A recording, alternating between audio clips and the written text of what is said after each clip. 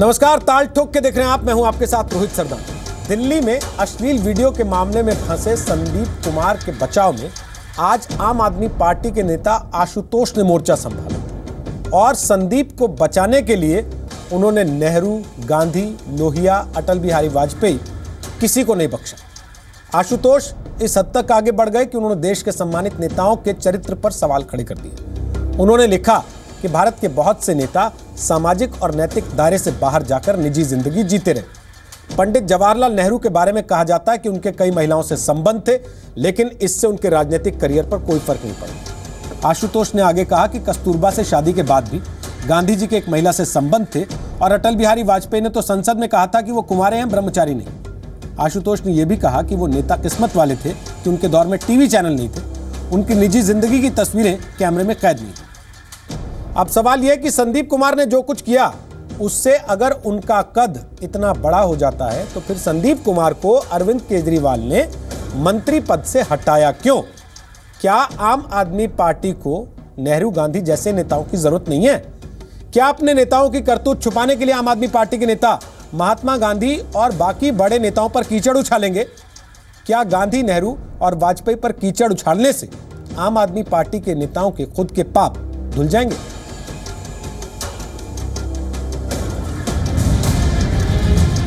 अश्लील वीडियो मामले में फंसे दिल्ली के पूर्व महिला और बाल विकास मंत्री संदीप कुमार का बचाव करते हुए आम आदमी पार्टी के नेता आशुतोष ने अपने ब्लॉग में लिखा, भारत के बहुत से नेता सामाजिक और नैतिक दायरे से बाहर जाकर निजी जिंदगी जीते रहे हैं। पंडित जवाहरलाल नेहरू के बारे में कहा जाता है कि उनके कई महिलाओं से अफेयर थे, लेकिन इससे उनके राजनीतिक करियर पर कोई फर्क नहीं पड़ा।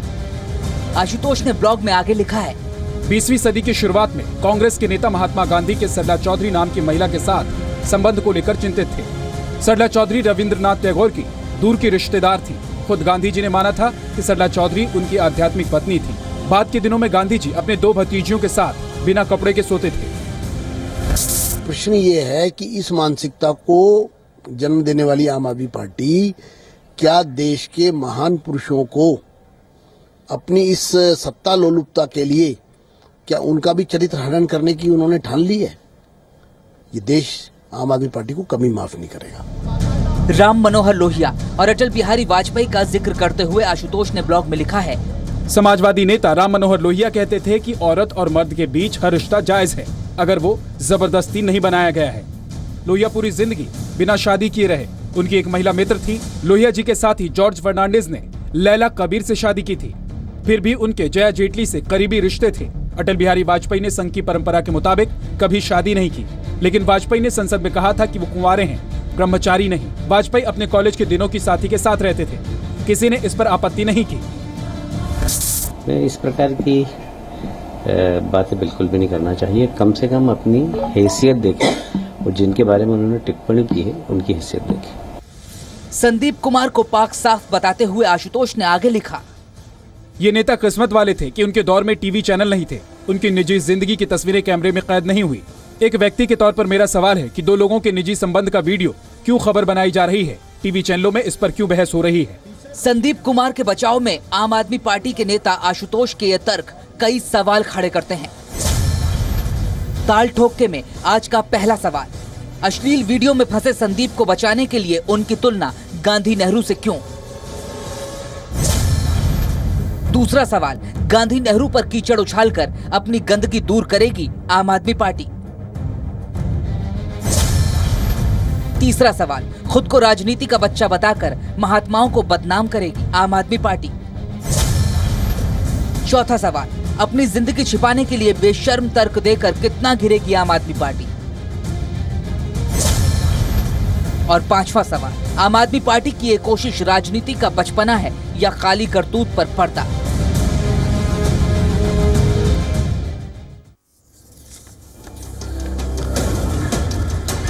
तो हमारे साथ आज बात करने के लिए 4 खास मेहमान इस कार्यक्रम का हिस्सा हैं। हमारे साथ जेपी अग्रवाल हैं।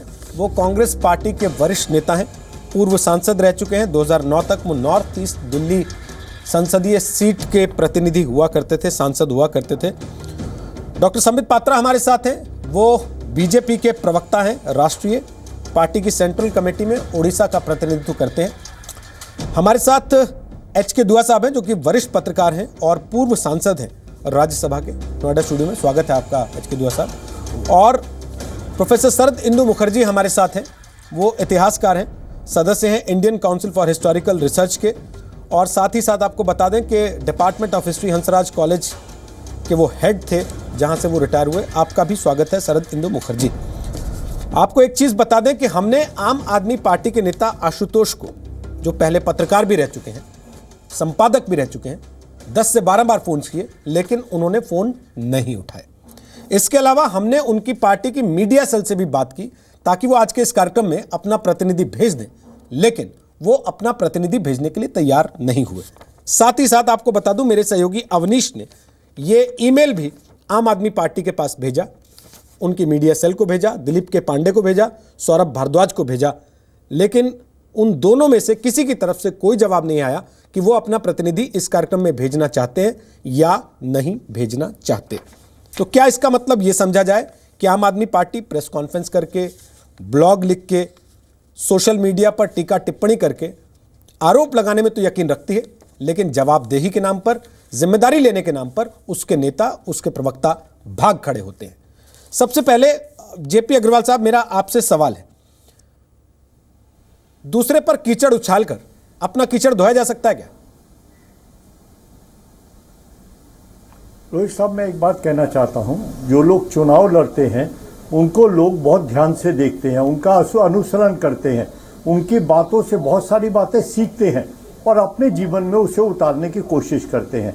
लेकिन माफ़ करना, जो इस समय के हालात पैदा किए आप आदमी पार्टी ने, इससे ज़्यादा गिरे हुए स्तर के हालात नहीं हो सकते। आप अपनी कीचड़ को साफ करने के लिए सबको कीचड़ में साधना चाहते हैं। आप अपना वजन देख लो, अपना कद देखो और दूसरों को देखो। मैं एक सवाल करना चाहता हूं इनके नेताओं से, ये काम करें, ये छूट दे दें कि हर इनके मेंबर को एक्स्ट्रा मैरिटल रिलेशन रखने की पूरी आज़ादी है, और फिर इनसे कहे कि उनके परिवार वालों को बुलाएं। अगर वो इनके परिवार वाले, उनकी पत्नियां आकर जूते ना मारें इनके, तो आप देखना क्या हाल होगा इनका। मैं नहीं समझता हम समाज को अच्छा करना चाहते हैं या गंदा करना चाहते हैं। हम समाज के दायरे में खुशबू फैलाना चाहते हैं या बदबू फैलाना चाहते हैं। ये मैंने पहला नेता देखा है, पहली पार्टी देखी है जो ये कह रही है कि आप दूसरे लोगों, दूसरी औरतों से रिलेशन करें, उसमें कोई खराबी नहीं है और उसको मीडिया को दिखाना भी नहीं चाहिए। सर माफ करना, मैं तो कम से कम हमारी पार्टी इसका कभी पक्षधर ना रही है, ना रहेगी, ना हम ऐसे रिश्तों में विश्वास करते हैं। इनका एक मेंबर पकड़ा गया है, एक क्या कई पकड़े गए हैं, लेकिन महिलाओं के साथ जो दुर्गति ये कर रहे हैं और उनके बारे में जो फप्तियां कसते हैं, जिस तरह के हालात इन्होंने पैदा करे वो सही नहीं है। भगवान करे ना ये दौर दोबारा आए कभी दिल्ली में। सर, वो तो जवाहरलाल नेहरू से तुलना कर रहे हैं, आप कह रहे हैं कि हमारी पार्टी ऐसी चीजों की बात नहीं करती।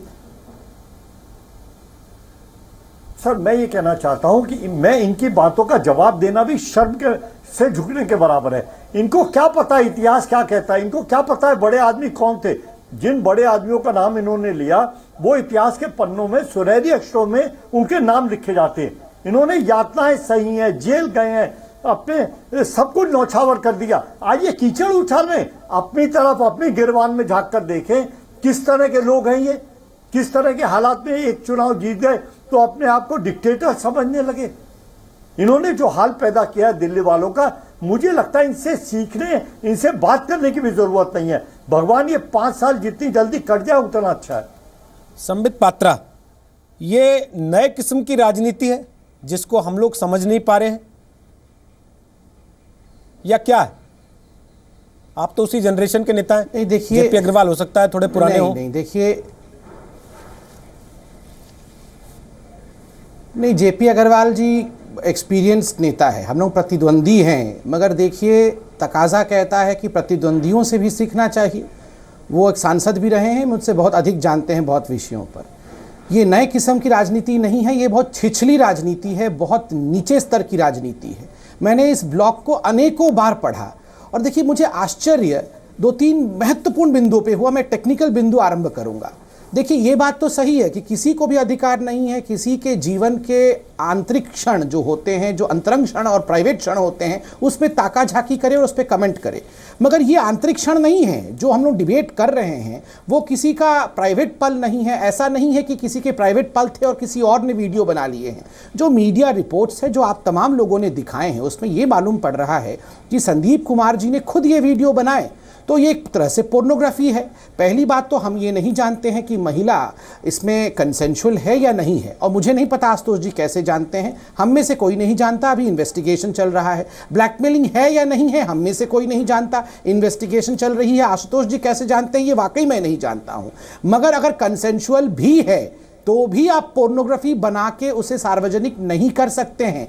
और बताइए, आप बाल विकास मंत्री हैं, पेडोफाइलिज्म और पोर्नोग्राफी, बाल विकास, महिला विकास, ये पूरे विश्व में, भारत में ही नहीं पूरे विश्व में चर्चा, चिंता और शोध का विषय है। उस पर आप इन्हें एक क्लीन चिट देने की कोशिश कर रहे हैं। दूसरी बात, अरविंद केजरीवाल जी तो कह रहे थे कि वो शर्मसार हैं कि संदीप कुमार ने उनके आम आदमी पार्टी के रिवॉल्यूशन को, आंदोलन को धक्का पहुंचाया है। और आशुतोष जी तो कंपेयर कर रहे हैं संदीप कुमार को महात्मा गांधी के साथ। मुझे बड़ा कष्ट हुआ जब पूरे विषय को पढ़ने के बाद जिस तरीके से हमारे राष्ट्र के पिता महात्मा गांधी को इसमें दर्शाया गया है, उनके विषय में जो लिखा गया है, संदीप को उसके बराबरी में जो खड़ी करने की कोशिश की गई है, इससे ज़्यादा बुरा नहीं हो सकता है। और मैं 3 लाइन पढ़ना चाहूँगा कि महिलाओं के लिए किस प्रकार के विचार है, ये प्लीज़ मुझे अलाउ करें। Having many partners before marriage in big metros does not shock at all. Sex before marriage is no longer an issue. Virginity is not a virtue anymore. Virginity for younger generation these days is a hint of being left behind in social wraith, and such a person is not subject of envy. He or she is neither hot nor cool, just unwanted, undesired. ये महिलाओं को objectification कर रहे हैं। ये कह रहे हैं कि अगर कोई लड़की शादी से पहले उसने बहुत सारे शारीरिक संबंध स्थापित नहीं किए हैं तो वो समाज के रेस में पीछे रह गई है, and she is unwanted and undesired. उसकी कोई जरूरत नहीं है, वो अनवांटेड है, वो अनडिजायर्ड है। बताइए, लड़कियों को केवल इसीलिए रखा गया है समाज में? वो हमारे लिए ओलंपिक में जाके सिल्वर मेडल लाती हैं, वो आईएएस हैं, वो आईपीएस हैं, वो स्पेस में जा रही हैं, वो डॉक्टर हैं, वो इंजीनियर हैं, उससे वो सोशल रेस में आगे हो जाएंगे, ऐसी बात नहीं बता रहे हैं। वो बोल रहे हैं अगर शादी से पहले सेक्स नहीं कर रही हैं तो वो सोशल रेस में पीछे हो जाएंगी। मुझे तो ये पढ़कर भी बड़ा घृणा हो रहा है और मुझे तकलीफ हो रही है कि मैं इस पर डिबेट कर रहा हूँ। पात्रा जी, उन्होंने कुछ बातें कही हैं। एक तो दुआ साहब, आप खुद पत्रकार रहे हैं, आप संपादक रहे हैं, और मुझे लगता है पत्रकार जब कोई अपने आप को कहता है तो वो रिटायर नहीं होता, वो जब तक रहता है पत्रकार रहता है, चाहे वो राजनीति में आ जाए, चाहे वो राजनीति को बाहर से देख रहा हो, उसके अंदर का पत्रकार जिंदा रहता है। तो क्या इसको ये समझें कि पत्रकार के ऊपर पार्टी प्रेम हावी हो गया?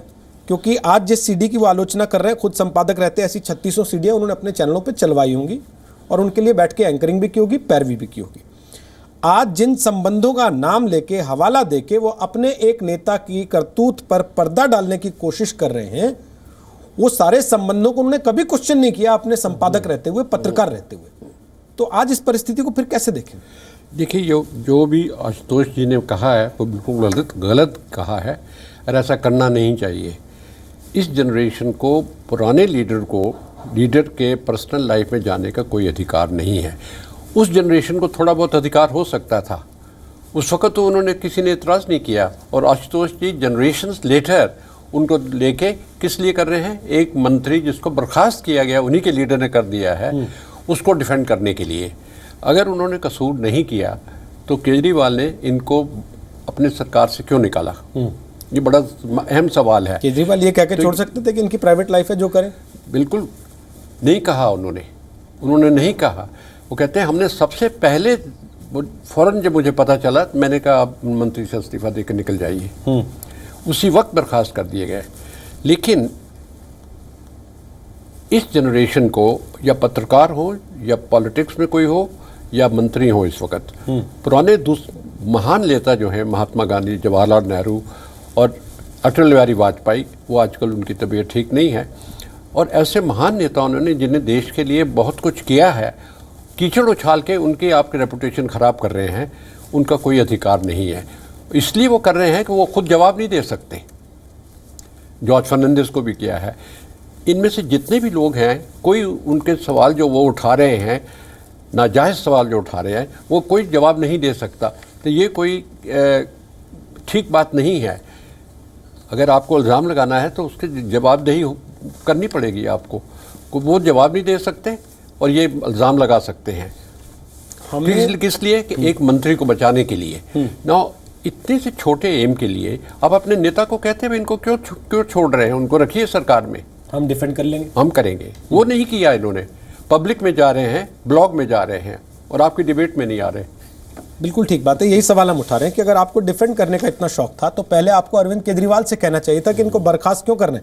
हम लोग हैं, आपके प्रवक्ताओं की फौज है, हम इसको बचा लेंगे अलग अलग प्लेटफॉर्म पर, जैसे आज ब्लॉग लिख के बचा रहे हैं वैसे इस डिबेट में आके भी बचा सकते थे, डिफेंड कर सकते थे।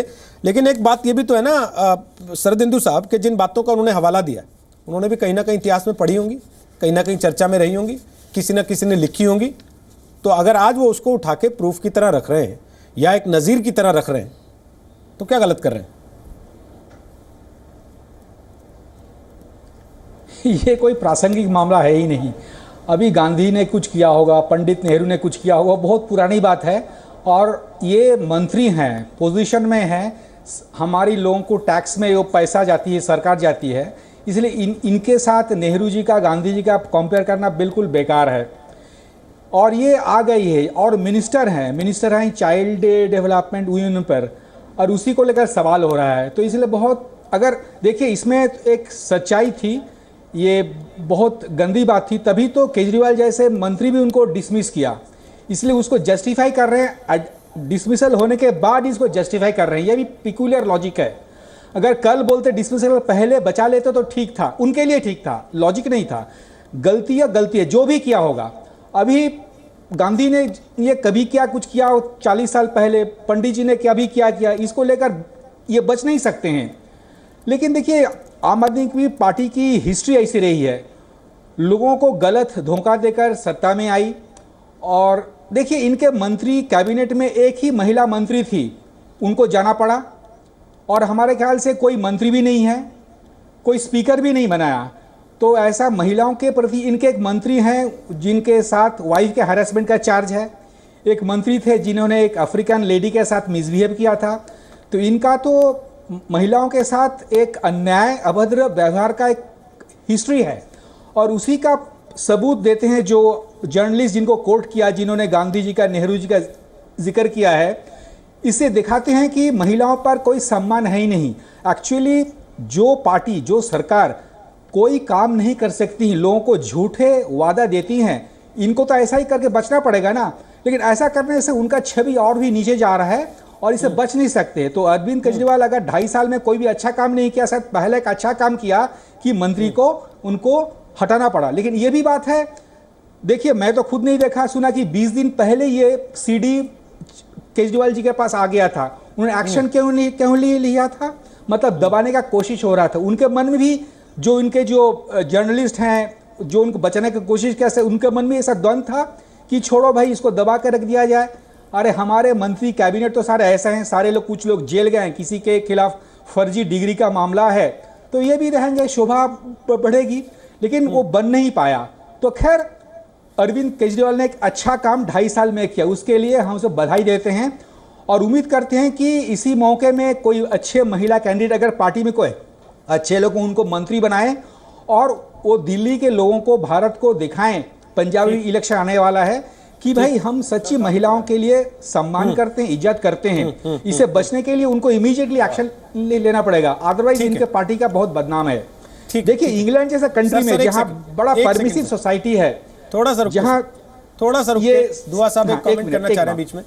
जो संबित पात्रा जी ने एक कहा, एक सवाल और उठाया है कि अगर मंत्री जी कहते हैं कि ये वीडियो टेप उन्होंने खुद बनाया है, विमेन एंड चाइल्ड मिनिस्टर, क्या उनका यही काम रह गया है कि एक सेक्स टेप बना के खुद भी उसको पब्लिक में करें? क्या ये उनकी ड्यूटी है एज ए मिनिस्टर? तो इससे नाजायज़ काम, गंदा काम और क्या कर सकते हैं मंत्री जो कि पब्लिक के इंटरेस्ट के खिलाफ है? संबित पात्रा, उन्होंने लिखा है कि संदीप कुमार ने जो कुछ किया, मैं हिंदी अनुवाद करके बता रहा हूं कि संदीप कुमार ने जो किया वो इंसान की कुदरती ज़रूरत है। बदलते वक्त के साथ औरत और मर्द के संबंध को नैतिकता से जोड़ दिया गया। भारत में तो इसकी बात करने पर भी लोगों को दिक्कत होती है, जबकि पश्चिमी देश इन वर्जनाओं से आज़ाद हो चुके हैं। आज भारत में भी लोगों की सोच इस मुद्दे पर आगे बढ़ी है। आज शादी से पहले दो लोगों के शारीरिक संबंध नैतिकता के दायरे से बाहर है। वर्जिनिटी भी अब कोई मुद्दा नहीं रह गई है। क्या ये एक राजनीतिक पार्टी का मोटो है? क्या ये एक राजनीतिक पार्टी सोच लेके आगे बढ़ रही है इस देश की? इसको हम एक अलग तरह की विचारधारा माने। और हालांकि मैं इतिहास में नहीं जाना चाहता, ये सोचने की बात है कि उनके साथ जो महिला पत्रकार काम करती रही होंगी, उनको लेके उनकी राय, उनकी सोच और उनके साथ काम करने का तौर तरीका क्या रहा होगा। और पार्टी में जो महिलाएं, महिला कार्यकर्ता काम कर रही हैं, उनको किस नजर से देखा जा रहा होगा। देखिए रोहित जी, सार्वजनिक जीवन में व्यक्तिगत टिप्पणी से हम सबको बचना चाहिए, इसलिए आशुतोष जी पे मैं कोई व्यक्तिगत टिप्पणी नहीं करूंगा। एक व्यापकता बनाए हुए मैं ये कहूंगा कि देखिए, दो चीज़ों को यहाँ मिक्स करने की कोशिश आशुतोष जी ने की है। पहली बात तो है कि सेक्स को लेकर हिंदुस्तान में एक सोच है, वो अलग विषय है, वो एक पत्रकार के बाबत कोई भी लिख सकता है, उस पर कोई आपत्ति नहीं है। सेक्सुअल एजुकेशन देना चाहे, सेक्स फ्री होना चाहिए, नहीं होना चाहिए, उस पर उनकी क्या विचार है वो उनका व्यक्तिगत मामला है। मगर संदीप कुमार के केस में ये विषय नहीं है। मैंने आपको टेक्निकली कहा, ये कंसेंटिंग वाला विषय नहीं है। केवल कैसे कोई जानता है ये कंसेंट हुआ कि नहीं हुआ? क्या उस महिला ने आज कोई वक्तव्य दिया है कि मेरा कंसेंट था? अगर आप किसी को ब्लैकमेल करते हो, आप कोर्स करा के किसी से इस प्रकार का एक्टिविटी कराते हो, तो स्वाभाविक रूप से वो व्यक्ति बहुत सालों तक बाहर नहीं आता है। आपने और हमने भी केसेस सुने हैं जिसमें महिला कहती है कि मुझे प्रलोभन देके 2 वर्षों तक मेरा इस्तेमाल किया गया, 4 वर्षों तक मेरा इस्तेमाल किया गया, और 4 वर्षों बाद रेप का केस लगता है। तो इसलिए इससे पहले हम कंक्लूड कर ले, ये उचित नहीं होगा। और जो मैंने बार बार कहा है, दिस इज परवर्शन। अपने एक्ट को, चाहे वो कंसेंशुअल ही क्यों ना हो, उसको रिकॉर्ड करना और उसको स्टोर करके रखना ताकि बाद में उसे देख के ग्रेटिफाई महसूस करें, ये एक परवर्शन है। और आपने देखा होगा कि उस सीडी में जो कल तमाम न्यूज़ चैनल दिखा रही थी, कहा गया अंत में कि देखो, तुम मुझे सड़कों पर मिलो तो बातचीत मत करो, और रात को आया करो, दिन में मत आया करो। तो ये सब बातें क्या समझाती हैं? ये चोरी छुपे हो रही कार्रवाई दिखाती है। तो स्वाभाविक रूप से इसमें एक परवर्शन झलकता है। और चाइल्ड और वुमेन मिनिस्टर के मन में अगर परवर्शन है, पोर्नोग्राफी का परवर्शन है, तो इससे बुरा क्या हो सकता है? उसमें आप महात्मा गांधी को भी ले आते हैं। देखिए, एक ऐतिहासिक पर्सपेक्टिव हो सकता है। मैं एक यंग प्रवक्ता हूं, मेरी ये छूट नहीं है कि मैं महात्मा गांधी के जीवन पर टीका टिप्पणी करूं। कहां बताइए महात्मा गांधी और कहां हम जैसे तुच्छ लोग? एक उनके कानी अंगुली के बराबर नहीं होंगे, और हम बैठ के उनके बाकी जीवन के बड़ी बड़ी चीज तो हम बोलते नहीं है महात्मा गांधी के। महात्मा गांधी का एक ही चीज हमें दिखता है, सिर्फ उसी विषय में हमें एग्जाम्पल देना है। इन चीज़ों से हम सबको बचना चाहिए। और देखिए, उन चीज़ों पर डिस्कशन करने के लिए बड़े लोग हैं, दुआ साहब है, वो एक प्रतिष्ठित पत्रकार है, इन विषयों पे अलग तरीके से डिस्कशन होता है। इस प्रकार संदीप कुमार को लाकर महात्मा गांधी और पंडित, देखिए, हमने आज महात्मा गांधी के प्रपौत्र को फ़ोन किया। हमने उनसे कहा कि हम इस पर आपसे टिप्पणी चाहते हैं जो उन्होंने लिखा। उन्होंने कहा कि ऐसी वाहियात बात पर मैं टिप्पणी भी नहीं करना चाहता, और इस कार्यक्रम में शामिल होने से भी उन्होंने इनकार कर दिया, ये कहते हुए कि ऐसी घटिया सोच और ऐसी वाहियात बातों पर कृपया आप मुझे बुलाकर महात्मा गांधी का और अपमान न करवाएं। इन्होंने तो जो किया सो किया है। जेपी अग्रवाल साहब, आपकी बात पर वापस आऊं जो आपने पहले कहा था, तो क्या अब राजनीति में आने वाले दिन ऐसे होंगे कि भाई नेताओं की सीढ़ियां ऐसे खुलेआम बाजार में मिलेंगी, आप उसमें नेताओं के अंतरंग क्षणों को देखेंगे? उन नेताओं को ये अधिकार होगा, ये छूट होगी, वो किसी भी महिला वॉलंटियर को जब जहां मर्जी ले जाएं, लेटा लें, और उसके बाद ये कह के छोड़ दिया जाए, उन बात को खत्म किया जाए कि भाई ये तो अपनी मर्जी से कर रहे हैं, इसमें रोकने का क्या है? और टीवी चैनल वाले क्यों देख रहे हैं इसको या दिखा रहे हैं इसको? सर रोहित जी, कई चीज़ें पैदा होती हैं। देखिए, ये जो इनका लेख है, ये समाज को किस तरफ ले जाएगा ये भगवान मालिक है। आप ये कह रहे हैं हम जो बच्चे हमारे यहाँ घर में जिनके साथ बैठकर हम टेलीविजन पे कोई पिक्चर भी देखना पसंद नहीं करते, शायद वो अलग देखते हो, आप कह रहे हो उनको इतनी छूट दे दो जिन बातों का जिक्र उन्होंने अपने लेख में करा है। शायद कोई भी माँ बाप डूब के मर जाएगा। हिंदुस्तान अभी वही है जहाँ पहले था। हमारे सामाजिक दायरे बहुत मजबूत हैं। इनकी पार्टी इस तरफ जा सकती है। इनकी पार्टी को अगर ये सारे काम करने थे तो इनको अपने मैनिफेस्टो को 70 पॉइंट में पहला पॉइंट यही रखना चाहिए था कि हम ये चाहते हैं कि बच्चों को ऐसी छूट देंगे, हम अपने बहनों को ऐसी छूट देंगे, अपनी बीवियों को ऐसी छूट देंगे, और हम भी शादीशुदा होके एक्स्ट्रा मैरिटल रिलेशन रखेंगे। सर मैं समझ नहीं पाया, या तो उन्होंने जो लिखा उनको खुद ही नहीं मालूम उन्होंने क्या लिख दिया, वरना माफ करना अगर ये मैनिफेस्टो लेकर ये दिल्ली में जाएंगे तो किसी भी घर में जाएंगे तो इनकी बहुत पिटाई होने वाली है। नंबर 2, मैं कुछ और कहना चाहता हूँ। देखिए हमारे बहुत सीनियर लीडर थे, अटल बिहारी वाजपेयी थे, लोहिया थे, जिनके बारे में भी बड़े तलक शब्दों में उसमें बोला गया। भाई ये इन लोगों के मुकाबले आप पार्टी का एक भी लीडर नहीं हो सकता। जवाहरलाल नेहरू हो गए, महात्मा गांधी हो गए, इनकी स्पेलिंग भी अगर ये बोलना चाहेंगे तो इनके बस का नहीं है। वो नाम तो इतने वजनी नाम है जिन्होंने अपना खून इस देश के लिए दिया। सर क्या ये जरूरी है कि जो किताबें लिखी जा रही है वो सही है? परसेप्शन है किसी चीज का, कहीं से शुरू हुआ कहीं खत्म होता है। आप किसी से 1 रुपया उधार ले लो और जब तक वो 10वें आदमी तक उसकी गिनती जाएगी कहेंगे 1 लाख रुपया उधार ले लिया उसने। तो सवाल यह है कि मैं इन किताबों को मानने को तैयार नहीं हूं। मैंने पार्लियामेंट में उठाया था कि लिखने वाले पे कोई रिस्पॉन्सिबिलिटी नहीं है, वो क्या लिखता है, अगर किसी को बुरा लगे वो मुकदमा ठोक दे, ये नहीं हो सकता। तो मैं इन बातों में भी जाने को तैयार नहीं हूं और उसे नहीं मानता। लेकिन मैं ये कहता हूं कि आज जो आप पार्टी ने दिशा दिखाई है, लोगों को इनको सबक सिखाना चाहिए। ये घटिया सोच है और ये बिल्कुल आगे नहीं जानी चाहिए, ना हमारे परिवारों में इसकी कोई जगह है। शायद यही वजह है कि उनकी पार्टी से कोई डिफेंड करने आने को तैयार नहीं हुआ। जो आशुतोष ने लिखा, खुद आशुतोष तक हम पहुंचने की कोशिश करते रहे, लेकिन उन्होंने फ़ोन नहीं उठाया। 10 से 12 बार उनको टेलीफोन पर कॉल किया गया उनके मोबाइल पर, लेकिन वो इस कार्यक्रम में आने के लिए उपलब्ध नहीं हुए। ना ही उनकी पार्टी ने अपने किसी प्रवक्ता को भेजा उनकी इस बात को डिफेंड करने के लिए। दूसरी बड़ी बात जो सवाल हम उठा रहे हैं वो ये है कि अगर संदीप कुमार वाकई इतने महान हैं जितने आशुतोष साबित करने की कोशिश कर रहे हैं, तो अरविंद केजरीवाल उनको बर्खास्त करके महान होने की कोशिश कैसे कर रहे थे? तीसरी बड़ी बात, संदीप कुमार ने कहा सीडी की न्यायिक जांच कराइए। मैं तो सीडी में हुई नहीं, जो आदमी उसमें दिख रहा दुबला पतला, मैं तो 150 किलो का हूं। और आशुतोष ने अपने ब्लॉग में लिखा है, वीडियो सामने आने के बाद महिला ने इसकी शिकायत भी नहीं की, ना पुलिस में ना कोर्ट में। उसने संदीप कुमार के परिवार से संपर्क नहीं साधा। संदीप की पत्नी ने वीडियो को लेकर ना ही कोई शिकायत या सवाल किया। संदीप ने वीडियो में साथ दिख रही महिला को ब्लैकमेल भी नहीं किया है। इसका मतलब आशुतोष मानते हैं कि जो वीडियो में है वो संदीप ही है। तो फिर क्यों आप लोग अलग अलग मंचों से अलग अलग तरह के बयान देकर देश को, समाज को, वोटरों को गुमराह करने की कोशिश कर रहे हैं और फिर महान भी बनते रहना चाहते हैं, दिखते रह रहे हैं? आपको एक बार फिर बता दें, आशुतोष ने आज एक ब्लॉग लिखा है जिसमें उन्होंने महात्मा गांधी, जवाहरलाल नेहरू, अटल बिहारी वाजपेयी, राम मनोहर लोहिया, जॉर्ज फर्नांडिस, किसी को नहीं बख्शा।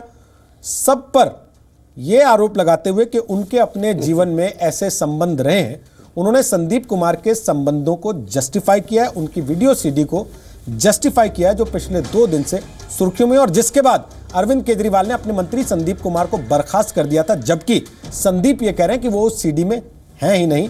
आशुतोष का यह ब्लॉग मानता है कि संदीप ही उस सीडी में है, लेकिन जब किसी ने शिकायत नहीं की तो फिर टीवी चैनल्स को या तमाम लोगों को इस पर एतराज क्यों है कि संदीप उस सीडी में क्या करते हुए दिख रहे हैं?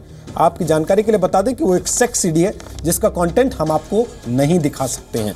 हमारे साथ संबित पात्रा हैं बीजेपी से, जेपी अग्रवाल साहब हैं कांग्रेस से, एचके दुआ वरिष्ठ पत्रकार, पूर्व राज्यसभा के सांसद हमारे साथ यहाँ स्टूडियो में मौजूद हैं, और डॉक्टर शरदिंदु मुखर्जी हमारे साथ हैं जो कि इतिहासकार हैं, हिस्ट्री के प्रोफेसर रहे। कि पहले जो बात मैंने उठाई थी दुआ साहब, मैं आपसे उसी से चर्चा शुरू करना चाहता हूं। अग्रवाल जी, आता हूं आपके पास, आप हाथ उठा रहे हैं। सवाल यह है सर कि अरविंद केजरीवाल एक मंत्री को बर्खास्त करते हैं और आशुतोष उसको डिफेंड करते हैं। क्या ये दोनों अलग अलग लाइन पर है? पार्टी अलग अलग दिशा में दोनों पर? अब लगता तो ऐसे ही है। आपने एक तो आपको अरविंद केजरीवाल से पूछना चाहिए था कि वो उसको, आपके स्पोक्समैन ये कहते हैं आप मंत्री को बर्खास्त करते हैं और स्पोक्समैन उल्टा कह रहे हैं। क्या आपकी पार्टी में फूट है इस इशू पे, डिफरेंसेस हैं इस इशू पे? तो क्या आप आशुतोष को डिफेंड करेंगे या मंत्री को डिफेंड करेंगे? किसको आप डिफेंड करेंगे? दोनों को करेंगे? तो आपने बर्खास्त क्यों किया? उसका जवाब अरविंद केजरीवाल से लीजिएगा। अरविंद केजरीवाल से जवाब कैसे लें? जेपी अग्रवाल साहब, वो तो चले गए, मदर टेरेसा को संत बनाने की उपाधि दी जा रही है जहां पर, तो वो बाकी मंत्री का क्या व्यू है? चले गए वेटिकन वो भी स्पोक्समैन, कोई स्पोक्समैन आपके प्रोग्राम में नहीं आया। आपने वो ईमेल भी दिखाई है, कोई यहाँ पे क्यों नहीं आए डिफेंड करने के लिए? इसका मतलब है कि वो आशुतोष के हक में नहीं बोलना चाहते। और अगर उनको केजरीवाल से डिफरेंस ऑफ ओपिनियन है तो फिर कह सकते थे, लेकिन क्यों नहीं कहा जा रहा है। तो इस पार्टी में जो इतनी पॉलिटिक्स को नीचे ले जा रहे हैं और किसी के इतने महान नेता के निजी जिंदगी में दखल दे रहे हैं, या वो डिफेंड भी कर सकते हैं अपने आप को, तो इससे घटिया बात क्या हो सकती है। और जवाबदेही यकीन रखते हैं ये लोग और उनको जवाब नहीं दे सकते, तो ये क्या तरीका है। मैं मनीष सिसोदिया का ट्विटर हैंडल खोला मैंने अभी, जेपी अग्रवाल साहब, और अपने परिचय में जो उन्होंने लिखा है उसमें आखिरी लाइन है, I like Gandhi because he always moved ahead of his own identity. Delhi के उप मुख्यमंत्री हैं मनीष सिसोदिया। आम आदमी पार्टी में अगर अरविंद केजरीवाल नंबर 1 है तो मनीष सिसोदिया नंबर 2 है। और जब नंबर 1 की बात आती है तो आपको याद होगा उन्होंने अपने बड़े बड़े आंदोलन करने से पहले, बड़े बड़े कारनामे करने से पहले महात्मा गांधी की समाधि पे जाके श्रद्धा सुमन अर्पित करके ये कहते हुए कि मैं गांधी जी का आशीर्वाद लेने आया हूं, अपने उन कार्यक्रमों की शुरुआत की थी। और आज उनके प्रवक्ता ये कहते हैं कि गांधी जी तो अपनी भतीजियों के साथ निर्वस्त्र होते थे, ऐसे में हमारे मंत्री की सीडी आ गई जिसमें वो सेक्स करते दिख रहे हैं, तो लोगों को बुरा क्यों लग रहा? ये दोगलापन नहीं है, डबल स्टैंडर्ड नहीं है। सर रोहित साहब, हमारा सामाजिक दायरा क्या है? हमारे यहाँ किसी बाप को अपनी लड़की के हाथ उठाने का भी अधिकार नहीं है, छूने का तो अलग बात है। लड़की पैर नहीं छूती, हम लड़की के पैर छूते हैं। हमारे यहाँ बड़ी बहन और भाभी को माँ का दर्जा दिया गया है। हमारे यहाँ माँ बाप की सेवा को स्वर्ग का दर्जा दिया गया है। ये कौन से समाज की कल्पना कर रहे हैं सर? मेरे को तो ये नहीं समझ में आता कि ये आज शाम को घर जाकर अपने बीवी बच्चों के साथ बैठेंगे कैसे, उनका सामना कैसे करेंगे। मेरे केजरीवाल जी अगर इस ब्लॉक के साथ खड़े हैं तो उनको साफ तौर पर कहना चाहिए कि मैं इस ब्लॉक के साथ हूं, वरना इनको शाम तक आशुतोष को अपनी पार्टी से बाहर खड़ा करना चाहिए।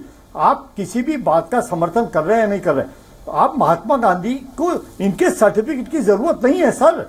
जिन लोगों का नाम इन्होंने लिया है, मेरे तो खुद शर्म आती है कि आप इनका नाम ले कैसे रहे हैं। आपके कर्म क्या हैं? आपने जीवन में क्या उद्धार किया है? आपने जीवन में क्या सेवा की है? सेवा की भावना से क्या काम किया है आपने? समाज में आपकी जगह क्या है? एक चुनाव जीतने से आप इतने बड़े आदमी बन गए कि किसी पे भी कीचड़ उछाल सकते हो।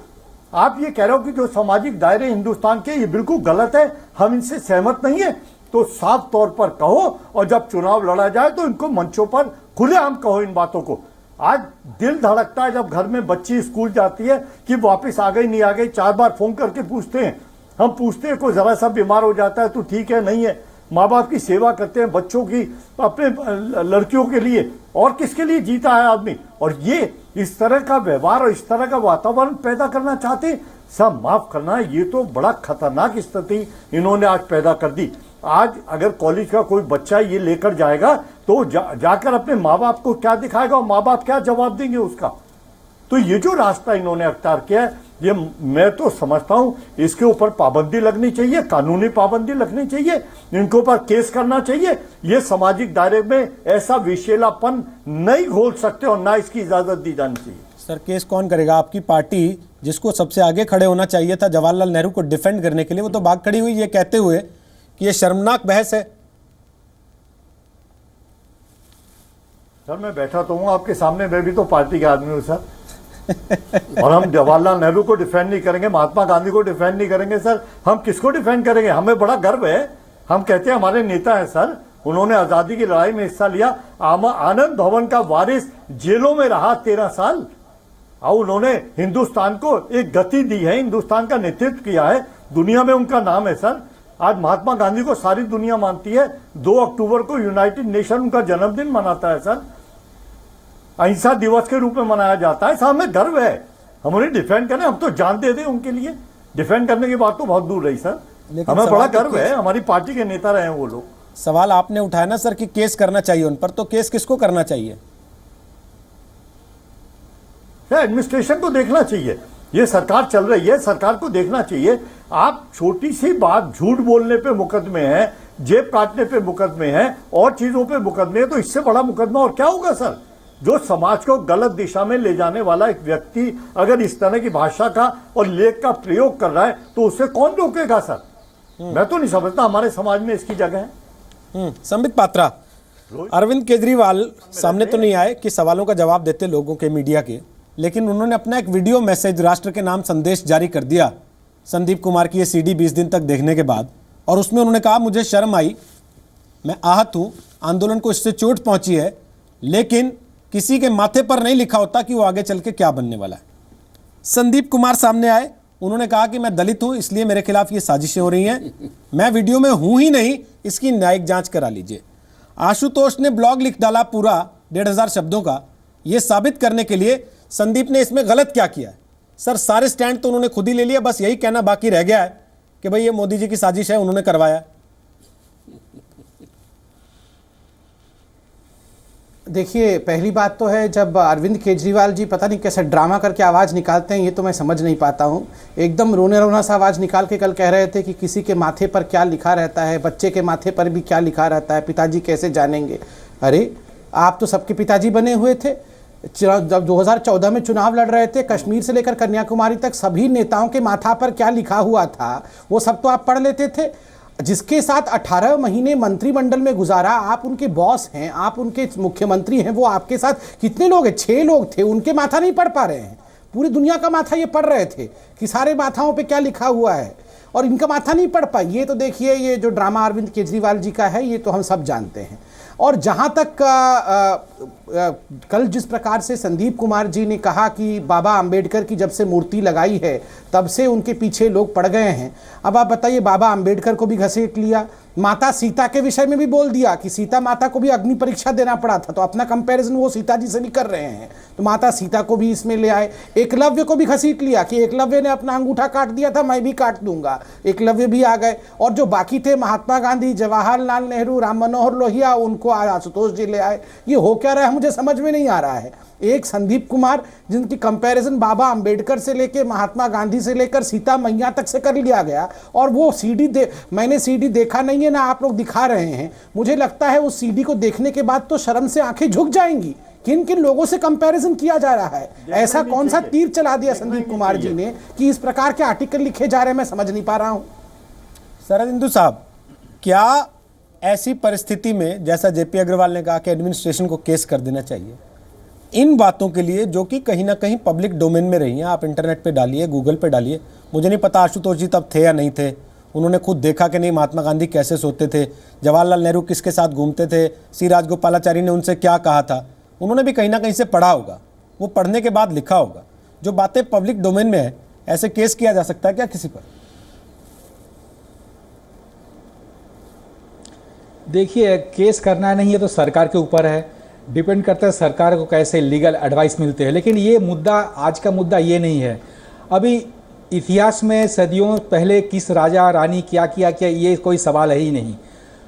सिंपल सी बात है, मंत्री हैं, मंत्री को टैक्स पेयर के पैसा से उनको पैसा मिलता है, सरकार चलती है, वो पकड़ा गए हैं।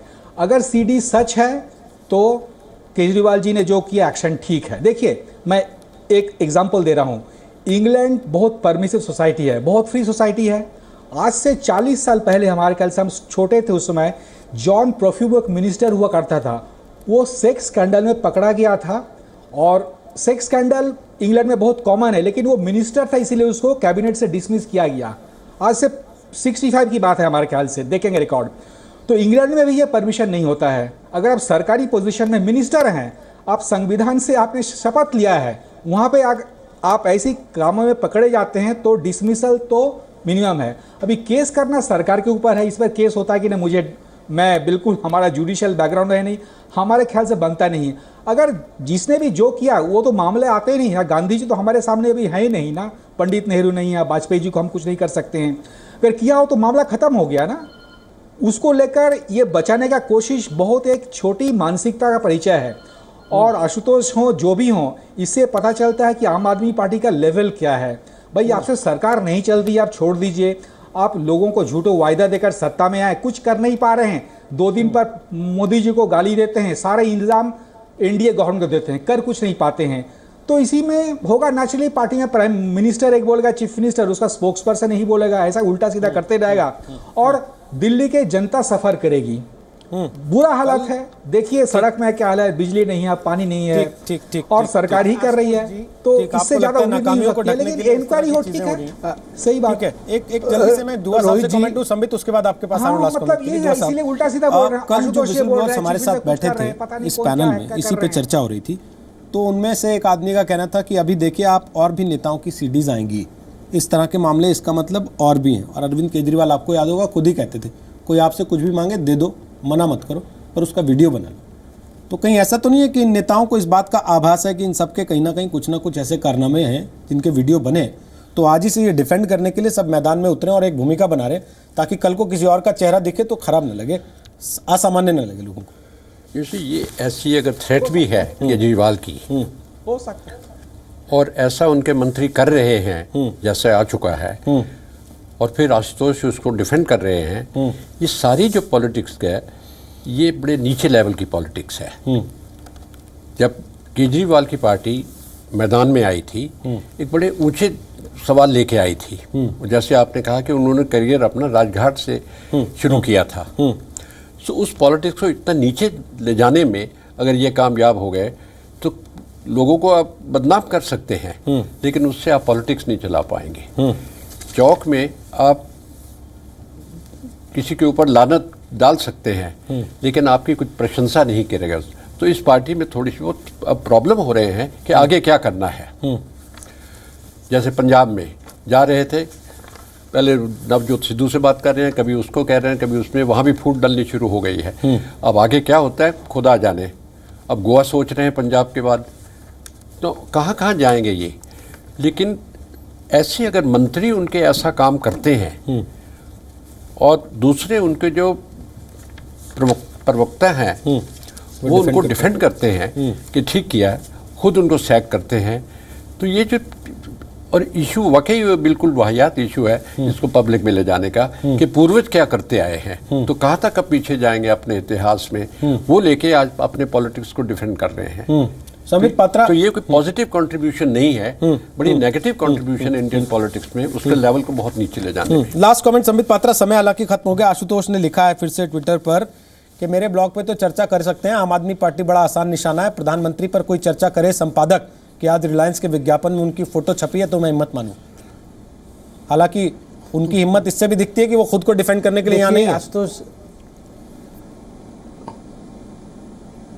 देखिए एक बड़ी बात उन्होंने और लिखी है, उन्होंने लिखा है कि ये जो पुराने नेता थे जिनका विवरण किया है, महात्मा गांधी या नेहरू, ये फॉर्चुनेट थे कि उस समय टीवी नहीं था और उनका स्टिंग ऑपरेशन नहीं, इतनी छिछली बात भी लिख सकते हैं कि गांधी जी का स्टिंग ऑपरेशन नहीं हुआ। और इस जमाने में टीवी होने के कारण ये सब हम लोग अनफॉर्चुनेट है जो स्टिंग ऑपरेशन हो जा रहा है। आप जरा सोचिए, ये वही नेता है जिनके नेता कहते थे कि अरे जब टीवी, हर जगह फ़ोन लेके जाना है और सब कुछ रिकॉर्ड कर लेना है, और आज जब खुद के लोग घिरने लगे हैं तो बोल रहे हैं कि वो पहला जमाना ही फॉर्चुनेट था जब टीवी और स्टिंग ऑपरेशन नहीं था। और दूसरी बात है, गांधी जी और नेहरू जी को लाके स्टिंग ऑपरेशन के साथ खड़ा करना, मतलब इस प्रकार की बातें करना और बातें सोचना भी मुझे लगता है ये गुनाह है और माफ़ी मांगनी चाहिए। चलिए, बहुत बहुत शुक्रिया आप सबका इस ताल ठोके का हिस्सा बनने के लिए। आम आदमी पार्टी को हमने पूरा मौका दिया, लेकिन शायद वो लोग डिफेंड नहीं करना चाहते आशुतोष की बात को, या फिर ये उनकी रणनीति है कि मुख्यमंत्री ये कह के महान बनेंगे कि देखिए हमने तो आधे घंटे के अंदर सैक कर दिया, मंत्री ये कहेगा कि मुझे सैक नहीं किया गया, मैंने तो खुद ही इस्तीफे की पेशकश की थी, और प्रवक्ता ये कह के जस्टिफाई करेंगे कि अपनी मर्जी से दो लोग कुछ कर रहे हैं, सीडी के अंदर दिख रहे हैं, तो इसमें किसी तीसरे को आपत्ति क्यों है भाई? ये उनकी निजी जिंदगी है, जो मर्जी करे उनको जस्टिफाइड माना जाना चाहिए। अब ये देश की जनता को तय करना है क्या सही लगता है उनको, क्या गलत है।